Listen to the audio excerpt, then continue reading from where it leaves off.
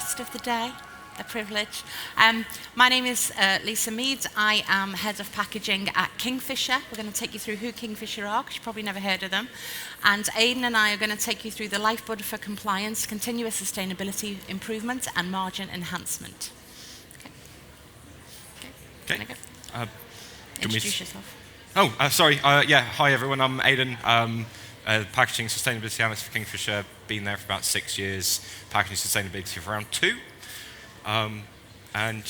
So I'm going to introduce a little bit about Kingfisher. I'll try not to just talk to this side of the room. I know there's not many people this side, so please bear with me. Some people may think that we're the beer company, but we're not. Others may think we're the airline company, but also we're not them either. We are Kingfisher. So we are the parent company for retail brands such as B&Q, Screwfix, Castorama, Brico Dépôt. We have around 2,000 stores in 8 European countries. Our annual sales for 2023 was just shy of 13 billion, and we have around 78,000 employees working for us. So we're pretty big. So as a packaging team, we work centrally for a range of different retail brands, which you'll see on the screen here. So all these are what we refer to as our own exclusive brands, or OEB, and we have around 60,000 live OEB products that we have across all of our retail brands. So, At Kingfisher, we believe a better world starts with better homes. That's why we are committed to helping to make better homes accessible for everyone. One way we are doing this is through the development of our own exclusive brands, or as we call them, OEBs. Differentiating and growing through our OEBs is a key pillar of our Powered by Kingfisher strategy, and our OEBs are already a significant source of value for the group. Okay, so a little bit about our sustainability ambitions. These are mainly driven by our initiatives. We have several different types of initiatives, from range reviews to trade to opportunities within the team. Our first ambition is around reducing our overall tonnage of packaging that we use, with a 5% reduction like-for-like year-on-year target. Second one is about paper and board to be 100% sustainably sourced. And for us, sustainably sourced means the inclusion of recycled content at 50% or more, but also an option for FSC and PEFC certification, which we like to include in all of our packaging as well. We have an ambition to reduce, when feasible, removal of single-use plastic packaging. Packaging is generally functional for our business, allowing us to protect the product through the supply chain, delivering it into the customer's hands with quality, but we have an ambition to reduce plastic whenever possible across our network. We want to maximise recycling by seeking to eliminate those difficult to recycle plastics. I'm sure you've heard of some of them: PVC, EPP, EPS. We still have a small amount in our supply chain today because it's doing a functional element that we don't have an alternative for today. Our ambition is 100% exclusion, and we'll talk you through some of the data of that later on. The plastic that we do need for the function, we want it to contain a minimum of 30% recycled content, and that's just not about plastic packaging tax reduction. That's also about carbon emissions, which I know you'll hear a lot about in the sustainability arena. The use of recycled content reduces the level of carbon impact, energy impact, and water impact across all of our key measures that we measure within our packaging community. And the last thing, which is very important, is artwork for our inks needs to be water-based. Okay, so how important is data? I'm not going to read all of these out, you may be pleased to hear, but packaging and data is very important for us. And I'll quote Aidan in the middle: without knowing where you are, how do you hope to get where you want to get to? And that's how we think about packaging and its data. We believe it's really the foundation of all of the work that we do at Kingfisher across our OEB brands. Data is the fundamental piece of work that leads us to information through analysis. It leads us to insights, whether that insight is a customer or a trade insight, a retail banner insight, or indeed a technical insight that we then need to translate into our packaging world. Ultimately, data supports action, as a priority. It enables us to deliver action to the business and, importantly, measurable action. Okay, so the Kingfisher Packaging Challenge. So as you've heard, data is super important to us, super important in general. And in 2021, we were asked a question about how sustainable our packaging for Kingfisher own exclusive brand packaging was. And our response was, simply, we didn't know. We had no data, we had no information. We had our ambitions, we had our targets, we knew where we wanted to be, but we had no understanding about where we were. So our journey on packaging collection started. So in 2021, we asked the question about how sustainable it was. We didn't have any data. So we went out to all of our vendors with a very simple Excel spreadsheet and emails to ask them to give us the details of the packaging they're supplying to us. It was very simple. We asked some basic questions about the materials, the composition, the components, in a very basic Excel format.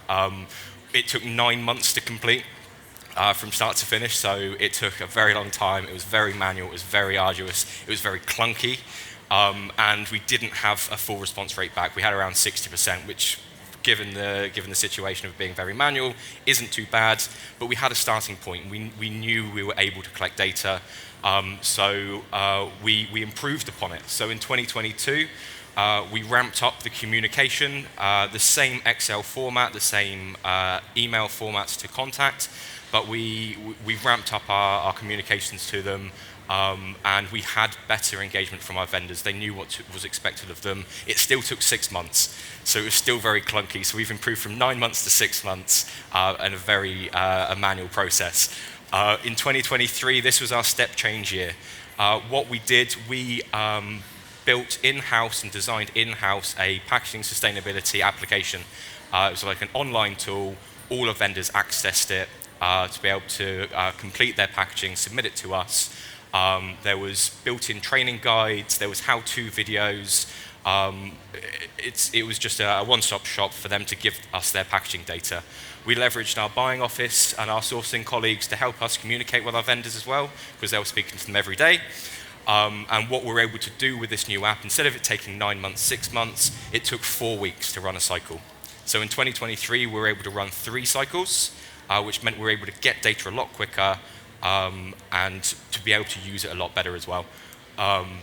In 2024, we planned and successfully completed 4 cycles in that year. So we've gone from 9 months to 6 months to 4 weeks for 3 cycles to 4 cycles taking 4 weeks each. So we're just continually improving the process, getting significantly higher levels of information as well from all of our vendors. Continuously improving it with communication and making app changes as well. So it's been a challenge from where we were to where we are, but it's been quite successful. What I'll do now, if we click a button, I'll just show you the app. Welcome everyone to this short walkthrough of the Kingfisher Packaging Sustainability app. The Kingfisher Packaging Sustainability app is an online platform for our OEB vendors to access their packaging sustainability questionnaire for completion and validation. Throughout a submission cycle, targeted automated communications are sent to all users dependent on their submission status. We expect all vendors to submit without exception. The app includes a live messaging function, and all vendors have the functionality to manage their own internal users, driving further efficiency. Once fully completed, vendors upload their questionnaire along with any required supporting documentation to validate recycled or certified material claims.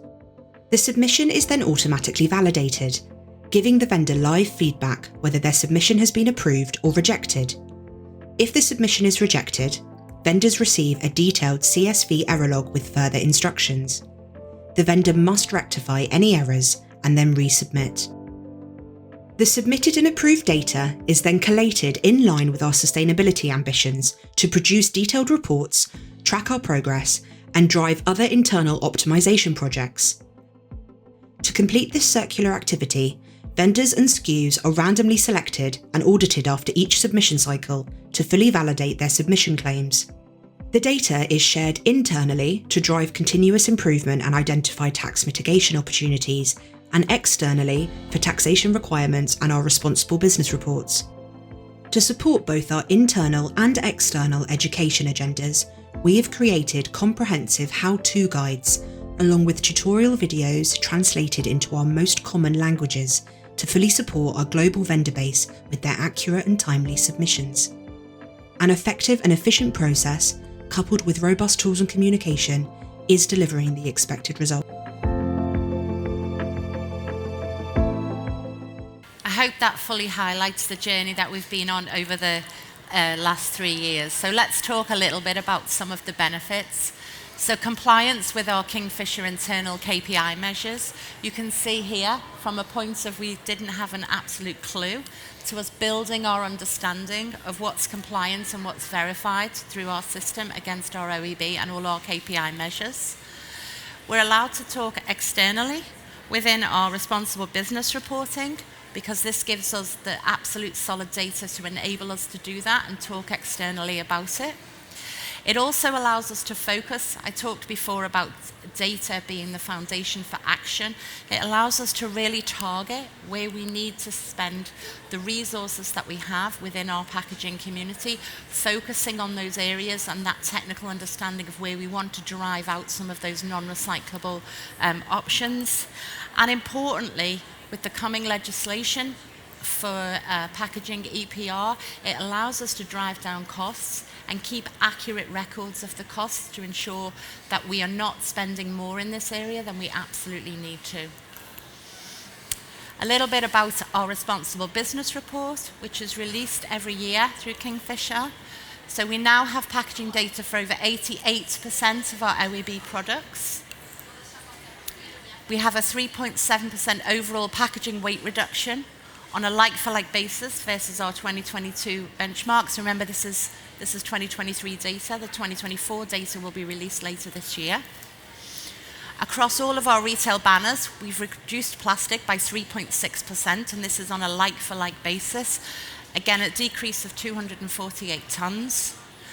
And about 81.9% of our paper and board purchased is now sustainably sourced against the measures I talked about, with 50% or more recycled content and an FSC or PEFC certification. And 51.6% of our plastic packaging purchase now has at least 30% or more recycled content. And if we recall, our target is 50% or more. And 92.2% of all of our plastics is now compliant. And we have that small amount that we still need to phase out, which I'm going to be honest with you is quite technically challenging, because it's doing a very specific functional job in the industry. So imagine a 68 kilo tile cutter or workbench or double-sided fridge freezer and trying to move that through your supply chain without plastic providing some kind of function within that. So work to do on that, but there are resources put against it to enable us to deliver against our full ambition. We're nearly there, 92%. And importantly, sustainability is ingrained in our packaging process for our OEB. We have a through process from early stage ideas and insights all the way through delivery into market to make sure that all of our KPIs are at the forefront of all of the engineers and technologists' minds as they're delivering out to market. It's a priority for us, as I mentioned, to get to that last 7.8% and deliver that out, and there are resources put against significant projects to enable us to do that. Okay, so in conclusion, we're not the beer company. We're Kingfisher, the largest home improvement company in Europe.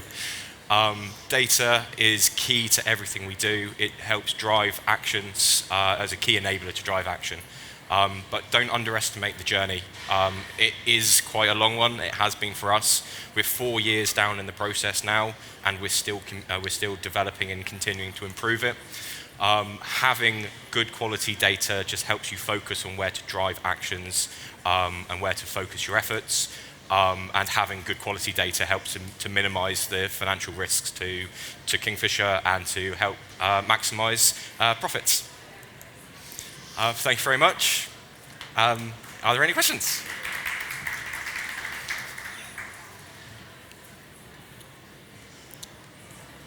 Yep. Yeah.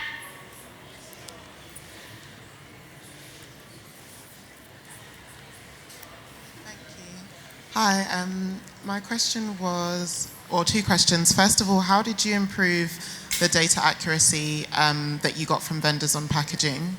Because I know the video mentioned it briefly, but just wanted to understand, because I know you said like you were reaching out to them, but you had no way to validate that the data was legit, basically. So that was question one. And then question two is, it seems like you made like a really big investment into like making the application for them to learn. So I guess how did you justify it to like leadership of actually like, yeah, this is worthwhile for the impacts it's going to make, if that makes sense? Yeah, that makes sense. I'll take the second question first, if that's all right. So it's quite easy to justify it because with all of the legislative requirements coming through and the money that's tied up in that, when you start to measure, removal of 238 tons of either recyclable or non-recyclable plastic, and it's got a cost put against that, you can very easily calculate how much of a benefit that brings back to the business. So I think it's very easy to justify at a financial level, but I think there's also the other element of we're all trying to do the right thing for the planet, right? So there's that side of the coin as well to consider. And the Kingfisher board and everyone involved is hugely supportive of all of the ambitions that we have out there to do the right thing. So. And then on the other one, so what we mentioned was the Viper project. So it's the vendor improvement packaging audit. So when the vendor submits into the system, what they're telling us the materials are by component, by material choice, by weight. We then, throughout those cycles, we then collect samples in from them. We measure them. There's a tolerance if it's cardboard, there's a tolerance if it's plastic based on experience of what we know is an industry standard, and they receive a pass or a fail. If they fail, they get to do it again. They get the privilege of submitting again to get it right. If they pass, they will come again in another cycle, but we don't make them do the next cycle because they've passed. So we have a small team, so it's actually only a team of 3.5 people total that cover all of this work, who work incredibly hard to make sure that we can validate and verify what comes through the system, and we're not just taking it by chance. There's also a piece of work going on a verification of the recycled content, because of course we need that to claim back from a plastic packaging tax perspective. So lots of validation and verification going on through the system to make sure of accuracy. Okay. Thank you. Okay.